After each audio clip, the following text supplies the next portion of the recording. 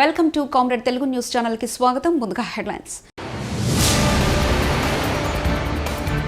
ప్రధాని మోదీకి ఫోన్ చేసి మెచ్చుకున్న అమెరికా అధ్యక్షుడు జో బైడెన్.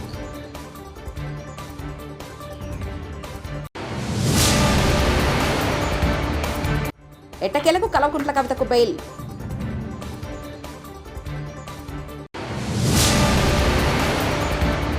తాడిపత్రిలో టీడీపీ నేతల ఇసుక దందాన్ని బయటపెట్టిన జేసీ ప్రభాకర్ రెడ్డి.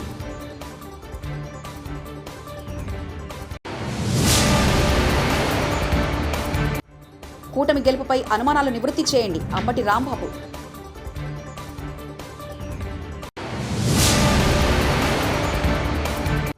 అక్రమ నిర్మాణాలు చేపడితే ఏపీలోనూ హైడ్రా తరహా చర్యలు, కూటమి సర్కార్ హెచ్చరిక.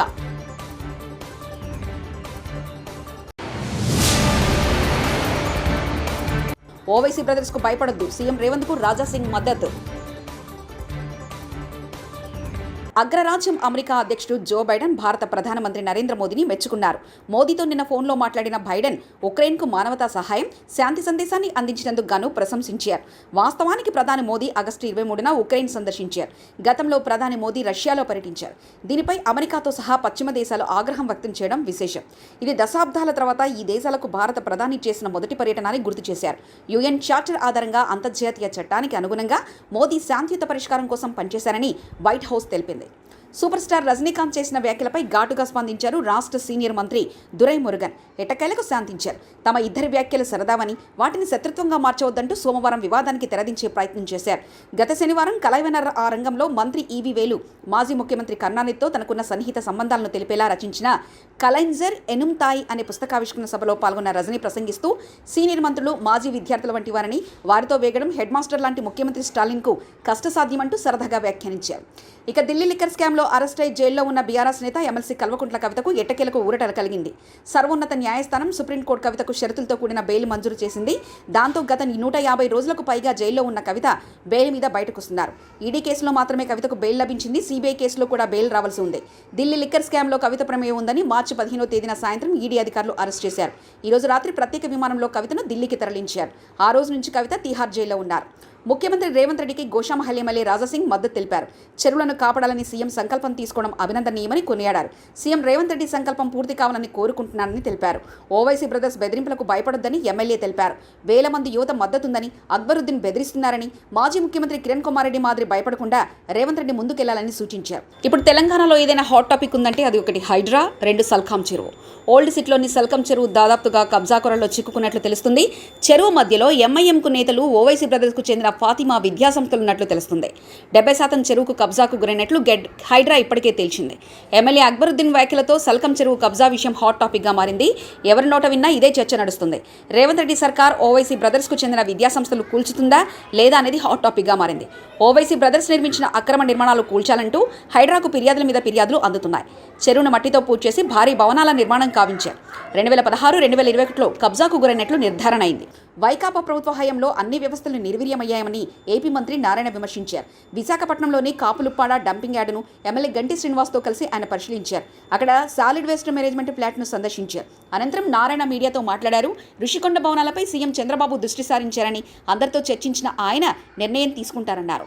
విశాఖలో పార్కును ఆక్రమించి నిర్మాణాలు చేశారని గంటా శ్రీనివాసరావు అన్నారు. అక్రమ నిర్మాణాలు చేపడితే హైడ్రా తరహా చర్యలు మొదలు పెట్టాల్సి ఉంటుందని తెలిపారు. ఎందుకంటే పార్కులు అవన్నీ పెట్టింది ఎందుకంటే అక్కడ ఉన్న ప్రజలకి వాళ్ళ యొక్క దానికోసం పెట్టాం. అవి ఎవరు ఆక్యుపై చేసుకోవడానికి కాదు, కమ్యూనిటీ ఫెసిలిటీస్. అందువల్ల ఎక్కడైనా, అందుకే మన నెల్లూరులో కూడా నేను చెప్పాను, ఎవరైనా ఆక్యుపై చేసుకుని మీరే వదిలేయండి, మేము వచ్చి కొట్టే లోపలని చెప్పాను. కాబట్టి రాష్ట్ర ప్రజలందరికీ మీ అందరు తలకు చెప్తున్నాను, ఎవరైనా ప్రభుత్వ స్థలాలు మున్సిపల్ ఏరియాలో కానీ ఆక్యుపై చేస్తుంటే మీరే వదిలేసుకోండి. పార్కు స్థలాలు కావచ్చు, లేదా ఏ స్థలాలైనా ఇలాంటి ఖచ్చితంగా ప్రభుత్వం చర్యలు తీసుకుని వాటిని ఆక్యుపై చేసుకుంటే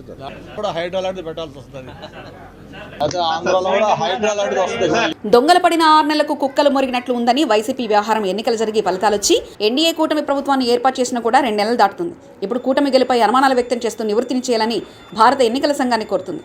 ఈ క్రమంలో ఇవాళ సచివాలయంలో ఎన్నికల ప్రధానాధికారిని వైసీపీ బృందం కలిసింది. ఏపీ సీఈఓను కలిసిన వారిలో మాజీ మంత్రులు అంబటి, మెరగ నాగార్జున, ఎమ్మెల్సీ లేళ్ల అప్పిరెడ్డి, మాజీ ఎమ్మెల్యే మల్లాది విష్ణు తదితరులు ఉన్నారు. అనుకున్నాం కాబట్టి ఓటమి పాలయ్యాం, కాబట్టి షాక్ గురయ్యాం. ఇది నమ్మలేనటువంటి అంశంగా మాకు అనిపించింది. అయినా ప్రజాస్వామ్యంలో ప్రజలు ఇచ్చిన తీర్పుని అంగీకరించాలనే ఉద్దేశంతో ముందుకు వెళ్తూ ఉన్నాం. ఈ దశలో భారతదేశంలో ఉన్నటువంటి అనేకమైనటువంటి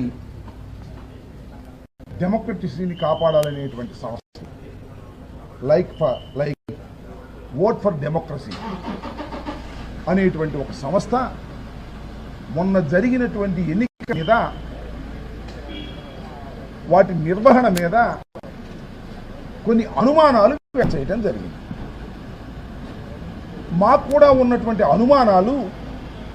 ఈ అనుమానాలు వ్యక్తం చేయడం ద్వారా మరింతగా బలపడుతూ వచ్చాయి. ఈ అనుమానాలను నివృత్తి చేయవలసినటువంటి బాధ్యత ఎలక్షన్ కమిషన్ ఆఫ్ ఇండియాకు ఉంది. ఎలక్షన్ కమిషన్ ఆఫ్ ఇండియా అనేది ఒక ఇండిపెండెంట్ రాజ్యాంగబద్ధమైనటువంటి ఒక సంస్థ. ఆ సంస్థ నిర్వహించినటువంటి ఎన్నికల్లో ట్రాన్స్పరెంట్గా ఎక్కడ ఏ లోపం లేకోకుండా జరిగింది అని అనిపించవలసినటువంటి బాధ్యత వారికి ఉంది. ఇక్కడ గమనించాల్సిన అంశం ఏమిటంటే, ఎన్నికలు 13వ తారీఖున ఆంధ్రప్రదేశ్లో జరిగినప్పుడు సుమారుగా 6 గంటలకి ఎన్నికల పోలింగ్ అయిపోతుంది. పోలింగ్ అయిపోతుందంటే ఓట్లు వేసే కూడా 4 గంటలకు అయిపోతుంది. ఎందుకంటే 6 గంటలకు అయిపోదు. ఎందుకంటే 6 గంటలకు ఎన్నిక జరిగినప్పుడు, ఆ టైం అయిపోయినప్పుడు 6 గంటలు అవ్వగానే ఆ ప్రాంగణంలోకి ఎవరైతే ప్రవేశించారో వారందరికీ టోకెన్స్ ఇచ్చి వాళ్ళను కూడా అయిపోయేంత వరకు, క్యూలు అయిపోయేంత వరకు ఓటు వేసే విధంగా వారికి అవకాశం కల్పిస్తారు. 6 గంటలకి పోలింగ్ టైం అయిపోయిన తర్వాత, కొన్ని చోట్ల పోలింగ్ ముగిసి ఉండదు, కొన్ని చోట్ల ముగిసి ఉంటుంది. పోలింగ్ టైం 6 గంటలకు అయిపోయిన తర్వాత ఎలక్షన్ కమిషన్ కొన్ని ఫిగర్స్ని రిలీజ్ చేసింది.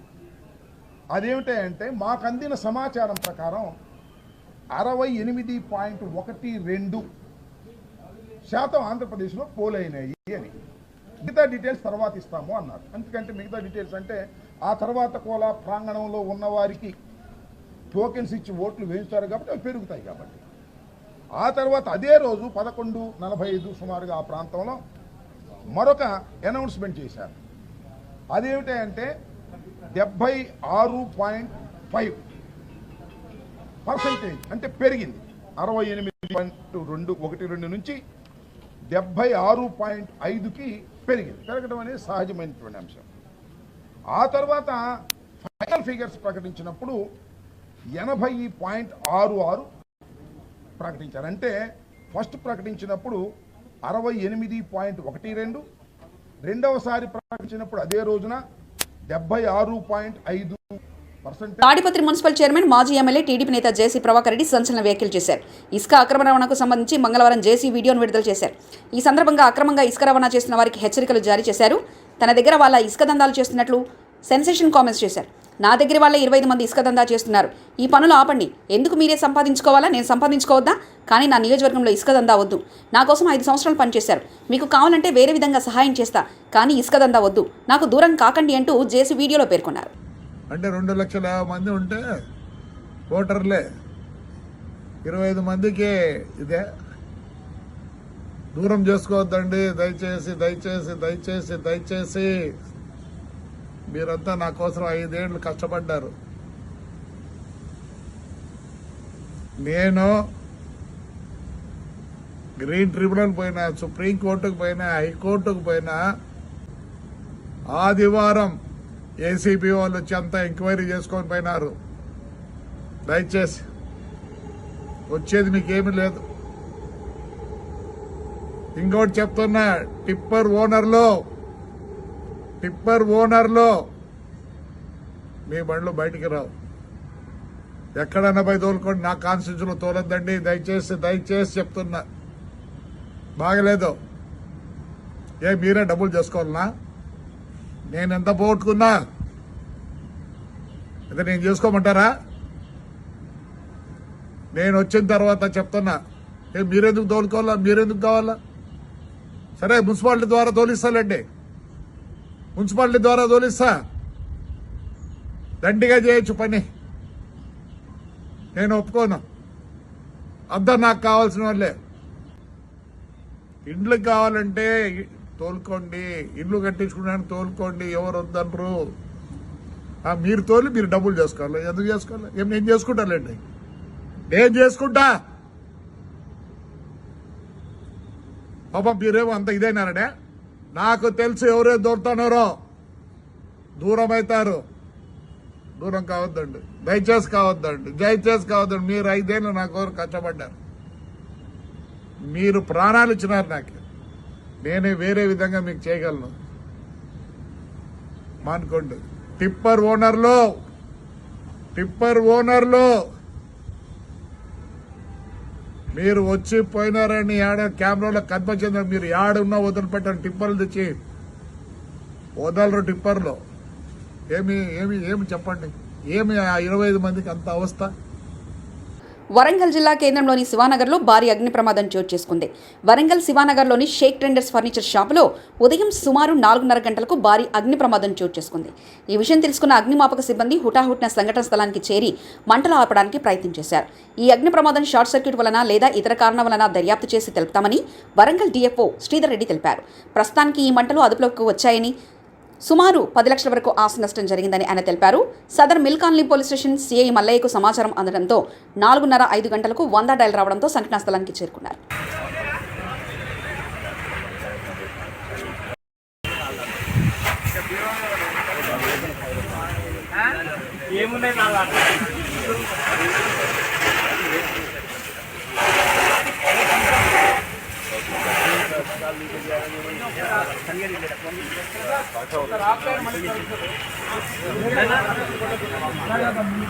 అది ఒకసారి జరపాలి. మంట వచ్చినప్పుడు కూడదు, మంట జరపాలి. ఆయన జరపండి, మంట జరుగుతుంటే కొడతాడు.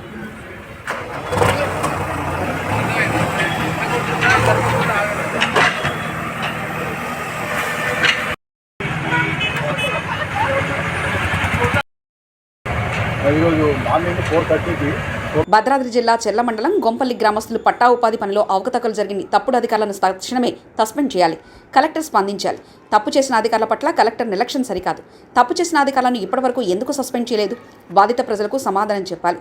ఉపాధి పనిలో నష్టపోయిన గొంపల్లి గ్రామ ప్రజలకు న్యాయం జరగాలి. లేని ఎడల బాధిత ప్రజలకు న్యాయం జరగడం కోసం పోరాటాన్ని ఉధృతం చేస్తాం. ప్రజాపందా పార్టీ చెర్ల మండలం కమిటీ డిమాండ్. స్పందించాలి కలెక్టర్ గారు, స్పందించాలి కలెక్టర్ గారు. గత 3-4 నెలల క్రితం మండలంలో ఉన్నటువంటి గొంపల్లి గ్రామస్తులు ఉపాధి పని చేశామని చెప్పి, ఆ ఉపాధి పని విషయంలో అవకతవకలు జరిగాయని చెప్పి స్థానిక సంబంధిత అధికారుల కార్యాలయాల చుట్టూ మొత్తం చెప్పులు అడిగేలా తిరిగినటువంటి పరిస్థితి ఉంది. చెర్ల ప్రభుత్వం జూనియర్ కాలేజ్ లెక్చరర్పై చర్యలేవి? విద్యార్థులను పిడిగుద్దులు గుద్దుతూ విద్యార్థుల పట్ల అసభ్య పదజాలంతో మాట్లాడిన సంబంధిత అధికారులు పట్టించుకోవడం లేదు. జిల్లా కలెక్టర్ స్పందించారు. కృష్ణాష్టమి రోజు కొంతమంది విద్యార్థులను పిలిపించుకొని విచారణ కమిటీ విషయాన్ని పక్కదారి పట్టిస్తున్న ప్రిన్సిపల్ చట్టపరమైన చర్యలు తీసుకోవాలి.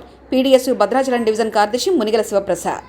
చాలా దురుసుగా ప్రవర్తించారని చెప్పేసి కూడా కథనాలలో వచ్చింది. దాని సందర్భంగా ఈరోజు పీడీఎస్ సంబంధించినటువంటి ఆధ్వర్యంలో విద్యార్థుల్ని అడగగా ఈ లెక్చరర్ సంబంధించినటువంటి ఆడపిల్లలను చూడకుండా కూడా దొంగబెట్టి పిడిగుద్దులు గుద్దే పరిస్థితి చేస్తా ఉన్నారు.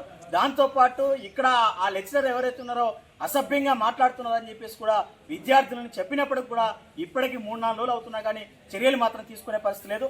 నిన్న కృష్ణాష్టమి రోజున నోడల్ ఆఫీసర్ గారు అడావుడిగా వచ్చి 10 మంది పిల్లలతో ఎంక్వైరీ చేసి ప్రధాని మోదీకి ఫోన్ చేసి మెచ్చుకున్న అమెరికా అధ్యక్షుడు జో బైడెన్.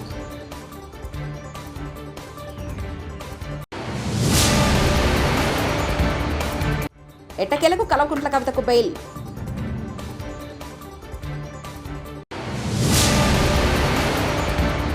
తాడిపత్రిలో టీడీపీ నేతల ఇసుక దందాన్ని బయటపెట్టిన జేసీ ప్రభాకర్ రెడ్డి.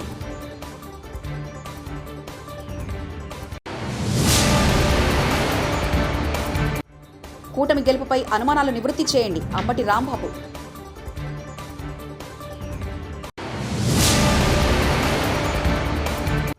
అక్రమ నిర్మాణాలు చేపడితే ఏపీలోనూ హైడ్రా తరహా చర్యలు, కూటమి సర్కార్ హెచ్చరిక.